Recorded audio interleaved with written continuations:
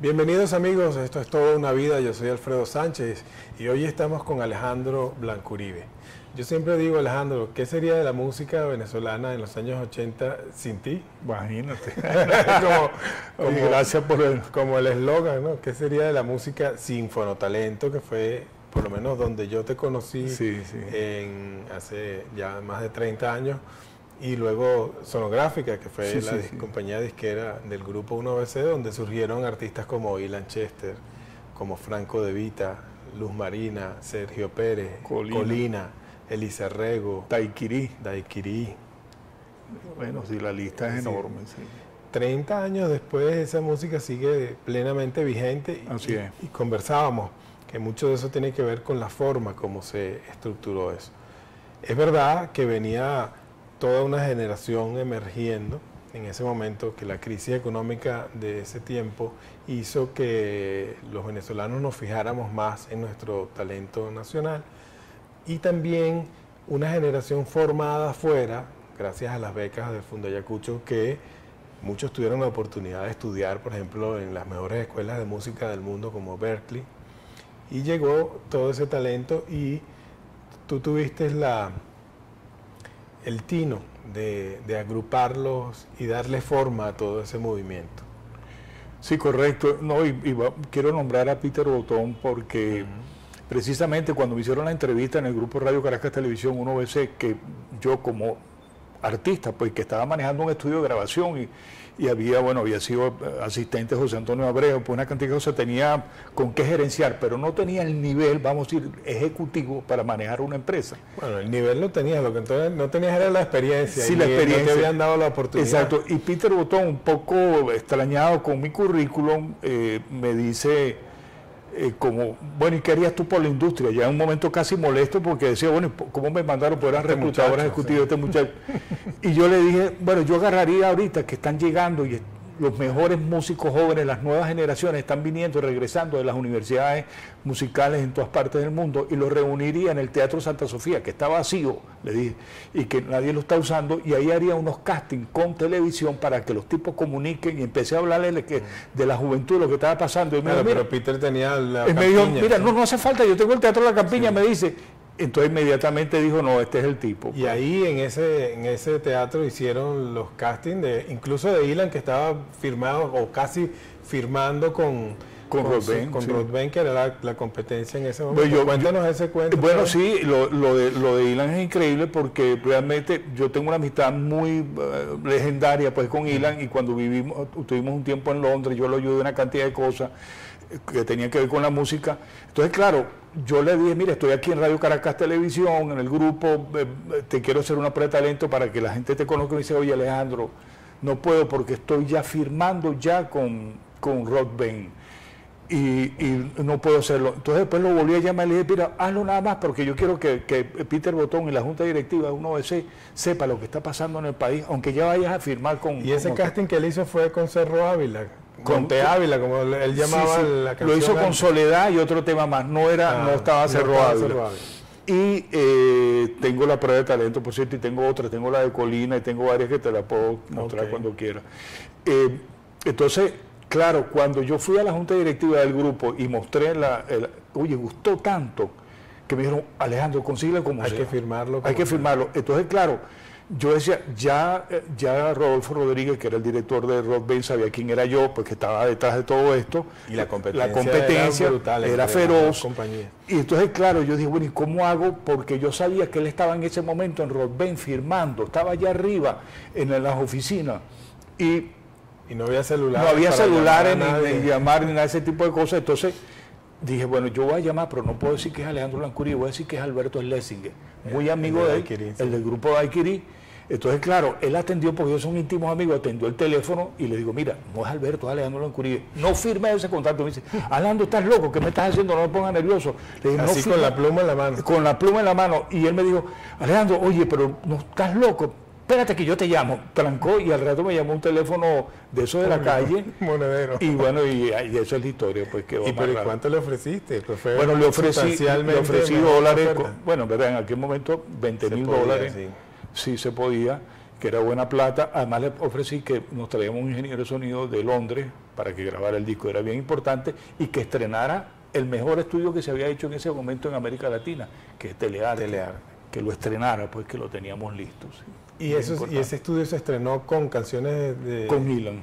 Realmente se estrenó con Viela da Costa, con la producción de Ilan, pero Viela da Costa un día me llamó. El día que nosotros nos conocimos. Yo la primera entrevista que hice para el Nacional fue a Ilan, y Luis Alberto Crespo me llamó, me dijo, mira, hay un muchacho nuevo por ahí que está surgiendo, llámate a Alejandro Blancuribe en Fonotalento, en Sabana Grande, y me fui para allá con Graciela Beltrán Carías, hicimos esa entrevista. Sí, sí. Y me recuerdo que tú me habías mostrado el demo de Viela da Costa cantando Solo Faltas Tú, que era el tema para ella. El tema para ella. Sí, después, bueno, hubo problemas para... No, es que ella pasó una época en que no quiso seguir en la música, y imagínate tú, ella un día me llamó y me dijo... Ella iba a ser la otra gran figura de hubiera sido grupo, ¿no? Realmente, ella iba a ser lo que nunca pasó en Venezuela. Fue que en ese momento hacía falta una voz negra. Una voz, siendo ella blanca, ¿sí? Sí, pero una voz, ella tenía voz. Sí, es cierto. Tipo Whitney Houston, tú sabes, esa onda, y bueno, no pasó. Vamos a ver fotos, que eso ilustra la historia que nos estás contando de toda esa época, Alejandro. Hay mucha historia. Ahí está el disco de Franco De Vita, una foto de Gonzalo Galaviz. Eso me acuerdo cuando en la Junta mostré la foto. Eso fue hecho en el Teatro de la Campiña, esa foto. Gran trabajador, Franco. Gran trabajador. Son incomparables. Bueno, lo demostró que fue el que realmente tuvo la gran proyección internacional, porque él desde que empezamos, él se buscó un personal manager y una cantidad de cosas, y empezó a tocar puertas en América Latina, y además tenía un material realmente muy comercial, y bueno, las telenovelas, pues, que eso fue muy importante, porque los temas de telenovelas. Bueno, esta foto, está el grupo inicial de Ilan, ¿no? Sí, ahí está, bueno, maestro Ezequiel Serrano, está Álvaro Falcón, Nené Quintero. Ilan abajo. Sí. Otro de los grandes discos producidos. Eso fue en Londres. Se tomó unas fotos en Londres con teclados. Por eso es que el primer comercial que yo hice de música fue las manos de Ilan nada más durante 10 segundos, que se movían así, y era el inicio del tema Cerro Ávila. Tan. Esas manos, y recuerda este nombre, Ilan, porque teníamos la preocupación que era un nombre para Venezuela un poco raro. Sí, pero la recordación fue total. Yo recuerdo era Ilan saltando, como en una plataforma. En una plataforma esa de plástico, no me acuerdo cómo es que se le dice ese tipo de plástico. Me acuerdo clarito, le decían hasta el gato con botas, porque tenía unas botas.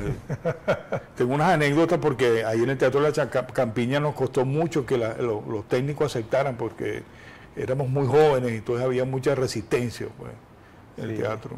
Otra figura clave ahí en esa época es Enrique Lazo, que dirigió los primeros videoclips realmente él dirige el primer videoclip en cine, que es el de Perla Negra, ¿no?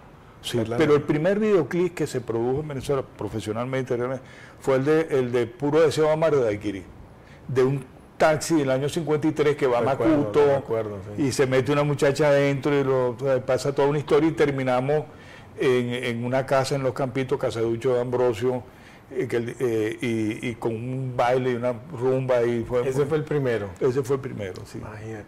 Bueno, otros artistas que surgieron en ese momento, Sergio Pérez, ahí está una foto de Daiquiri. Daiquiri, bueno, muy importante. Con Daiquiri rompimos todos los récords de ventas en Venezuela. Fue algo explosivo. Además, lo interesante de Daiquiri es que yo tenía un convenio con Peter Botón, que captábamos el talento, lo filmábamos, lo grabábamos, y entre él y yo tomábamos la decisión quién iba, quién no iba. Si a él no le gustaba, no iba. Si a mí no me gustaba, tampoco. Teníamos que estar de acuerdo los dos. Ese fue el convenio que hicimos. Pero yo no tenía cómo mostrarle a Alberto Slessing el grupo Daiquiri, porque el grupo Daiquiri era un concepto, no era un talento. Claro, era Alberto y sus canciones, pero al extremo que Alberto no quería cantar, él quería que quien cantara era Giordano, imagínate. O sea, teníamos un concepto que él lo masticó mucho cuando estudiaba en Nueva York. Vino acá a Caracas con eso, y yo hice 2 temas escondidos de Peter Botón, y él me llamó un día a decirme, mira, Blanco Uribe, ¿cómo es posible? Me acabo de enterar que tú acabas de grabar 2 discos, 2 canciones sin haber... ¿Te acuerdas que quedamos que los 2? Y se fue molesto a Telearte. Cuando oyó los 2 temas, que uno de ellos era puro deseo, me dijo, oye, qué maravilla. Y bueno, fue un récord de ventas impresionante. Bueno, la misma ingreso de Giordano fue un problema, ¿no? Sí, porque Giordano, a mí me gustó, yo llevé la prueba de talento, pero cuando yo le dije, esta es la verdadera historia, cuando yo le dije a Peter Botón que él estaba en Polygram, porque Giordano estaba firmado con Polygram, sí.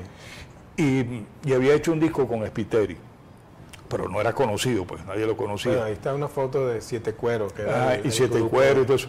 Pero él estaba firmado, y Peter Botón me dijo, mira, no lo agarren, no lo firmemos, porque yo voy a comprar Polygram. Que era más fácil comprar Polygram en ese momento. Que era la disquera más grande que había aquí. Sí. Y bueno, es el gran boom, el auge de las compañías discográficas venezolanas, Sonográfica y Sonorodben, que adquirieron buena parte del catálogo. Exacto, sí, adquirieron Polygram y bueno, y así entra Giordano. Imagínate, bueno, otros artistas como Sergio Pérez también surgieron en Sergio Pérez, como no lo conozco, lo conocía también hacía muchos años y a mí lo que me llamó muchísimo la atención de Sergio Pérez fueron sus canciones.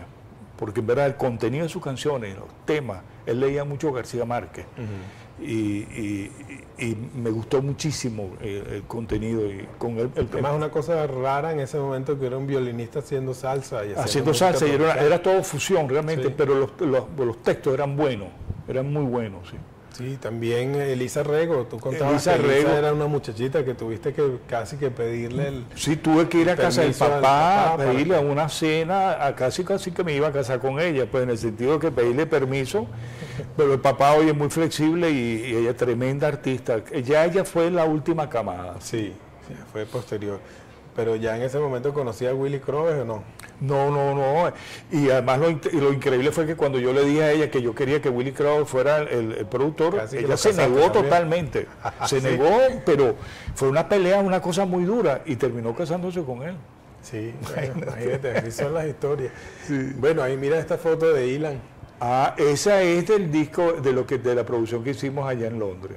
Pero yo no estaba en Radio Caracas. Esa fue la que le mostraron a Harrison, a Paul McCartney. Sí. Sí, ahí está Lisa Rego. Sí. Muchos éxitos. Oye, sí. ¿Recuerdas cuántos discos vendieron ustedes en total? Pero el caso de que, yo todavía tengo el récord de productor de más discos vendidos, pero hay que entender que en los años 80 se vendían muchos discos. Y el grupo uno los discos de oro y de platino eran de verdad 50.000 discos, un disco de oro. Ahorita un disco de oro son 5.000 discos. 5.000 y cuesta vender 5.000. Y el grupo tenía una fábrica en Barquisimeto, una fábrica de discos. Eso era bien importante. Además, una fábrica de discos de alta calidad. Nosotros, las prensadoras de discos, prensaban los discos de música clásica, tenían la licencia de Deutsche Grammophon. Polygram era la que había conseguido todo eso. Entonces, claro, los discos la pasta era de buena calidad, eran buenas producciones, bien impresos. Pero quizá más que el volumen de discos vendidos, es importante saber que esos discos hoy en día forman parte de un catálogo de clásicos de la música contemporánea venezolana. Así es, sí. Hay muchísimas canciones que son... Bueno, aparte del repertorio sentimental, vamos a decir así, del venezolano. Sí, está. ¿Qué fiesta no termina hoy en día con Cerro del Ávila o las canciones de Giordano? Y cuando uno viaja por fuera y visita venezolanos, están todas las canciones de Giordano, de Daiquiri, de Ilan, Colina. ¿Sientes nostalgia por eso, Alejandro? Siento nostalgia por la industria, pues, de que realmente había una industria en ¿Qué Venezuela. pasó con la industria musical? A nivel mundial y a nivel... el caso venezolano es especial, sabemos que a nivel mundial pasó de todo, pero esto comienza realmente con el 27 de febrero de 1989. Yo sí soy testigo de eso, porque con todos los conflictos políticos militares que hubo, y empezó la crisis, hubo una desinversión, vamos a hablar en esos términos, y nosotros notamos que la juventud empezó a perder poder adquisitivo. O sea, que en las discográficas el 70% de las ventas son productos nuevos, lo que llaman novedades. Sí. Y el 30% son catálogos, la música de siempre. Ese 70% es el que mantiene la industria realmente. Entonces nosotros detectamos que la juventud compraba cada vez menos discos. ¿Te acuerdas que uno un fin de semana se compraba varios discos para ir a una fiesta? Entonces, la juventud empezó a tener menos poder adquisitivo. Y bueno, y también, porque la piratería era el 35%, pero nosotros navegábamos bien con esa piratería. La piratería ahorita en Venezuela es 95, 98. Vamos a decir, hay países como España que hay piratería, en Colombia, pero es el 68, el 70. Con el 30 restante se mantiene en la industria, se mantiene. Pero en Venezuela con 90 y pico imposible. Y eso cerró, terminó de cerrarla. Y claro, también sucedió lo del CD, que la gente empezó a copiar, pero no, la industria se mantenía. El problema de Venezuela es que la piratería, vamos a decir, el gobierno la permitió. Yo oí decir vamos a decir, a funcionarios importantes de mucho peso en este país que la piratería promovía la cultura. Entonces, claro, cuando tú tienes ese tipo de opinión, ¿qué vas a hacer? Alejandro, otro aspecto de tu vida es el de músico con la banda municipal, con tus comienzos, y durante toda tu trayectoria también has seguido haciendo música para el cine, para las películas. Para audiovisuales, documentales. Hasta ahora mismo estás dedicado a eso, ¿no? Sí, eso me pasó. O sea, ¿por qué no seguí tocando en vivo con la banda municipal que tenía el grupo con Jerry Welt y nos iba muy bien? Porque cuando eso se disolvió, a mí me dio una gran frustración porque yo creía muchísimo en esa agrupación. Y es así que hoy en día es como un mito lo de la banda municipal. Entonces me dediqué, bueno, me metí en el sistema de orquesta. Fueron ustedes pioneros en la nueva música jazz y rock. Sí. Y fue que entonces me metí en el sistema de orquesta, empecé como percusionista, pero entonces, ¿qué hice yo? Que, por ejemplo, cuando yo producía a Ilan, Franco Dita y todo eso, yo seguía haciendo música para cine, pero lo hacía en otros estudios, no lo hacía en Telearte.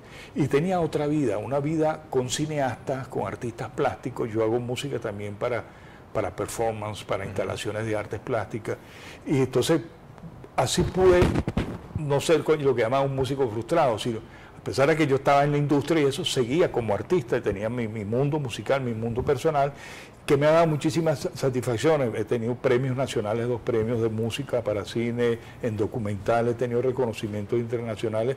Entonces, claro, para mí ha sido como un escape importantísimo dentro de mi actividad ejecutiva. Y otro aspecto de tu reciente trabajo ha sido el Teatro Chacao, que ha sido muy importante también para la escena musical y escénica, para las artes escénicas en los últimos años. Ha sido quizás lo más importante surgido después del Teresa Carreño, ¿no? Así, eso me vino a la cabeza esa idea cuando estaba Leopoldo López como alcalde, que había un terreno abandonado de la alcaldía ahí en el Rosal.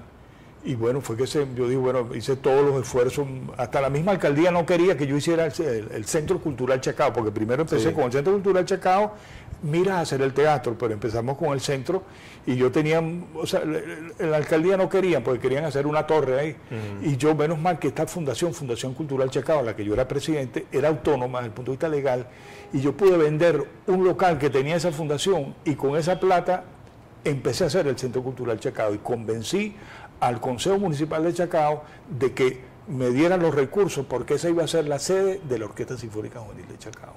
Y esa fue la razón de que por qué hoy en día eso está ahí, gracias a que pudimos conseguir esos recursos ahí. Bueno, el teatro hoy es muy importante para la gestión cultural de hoy. Ese es el país posible. Ese es el país posible, sí. ¿Qué otra cosa quieres hacer en materia cultural, Alejandro? Que has hecho muchas cosas relacionadas a la música, al cine, a las artes escénicas. Bueno, hay algo que me pasa siempre por la mente, que en un futuro, ojalá, me gustaría estar en el equipo que restaurara el Teatro Teresa Carreño, pues, que todo lo que es la fundación y todo lo que es ese gran complejo cultural, realmente que es un orgullo nacional. ¿Qué piensas de las nuevas generaciones de cantantes y músicos venezolanos? Bueno, hay un movimiento muy interesante que son en cierta forma nietos, vamos a decir, de la banda municipal, que es todo lo que está haciendo Guataca y lo que han hecho Aquiles Baez, lo que ha hecho Jorge Glenn, el Pollo, que realmente el Pollo Brito es tremendo artista, tremendo músico, y él es el responsable realmente de que el 4 haya cogido esa fuerza. Eso viene desde la época de Freddy Reina, sin duda, ¿no? Pero es un movimiento bien interesante, bien importante. Yo le sugerí mucho a ellos, tanto a Ernesto Rangel como a Aquiles, que está bien la parte instrumental, pero que hay que meter el canto, porque la gente, o sea, las canciones, a raíz de eso están promoviendo más cantantes y producciones con cantantes. Bueno, gracias Alejandro, se nos ha ido el tiempo volando con esta historia de toda una vida dedicada a la música. Gracias a ti por la oportunidad. Gracias por venir. Amigos, los espero en una próxima edición de Toda una Vida.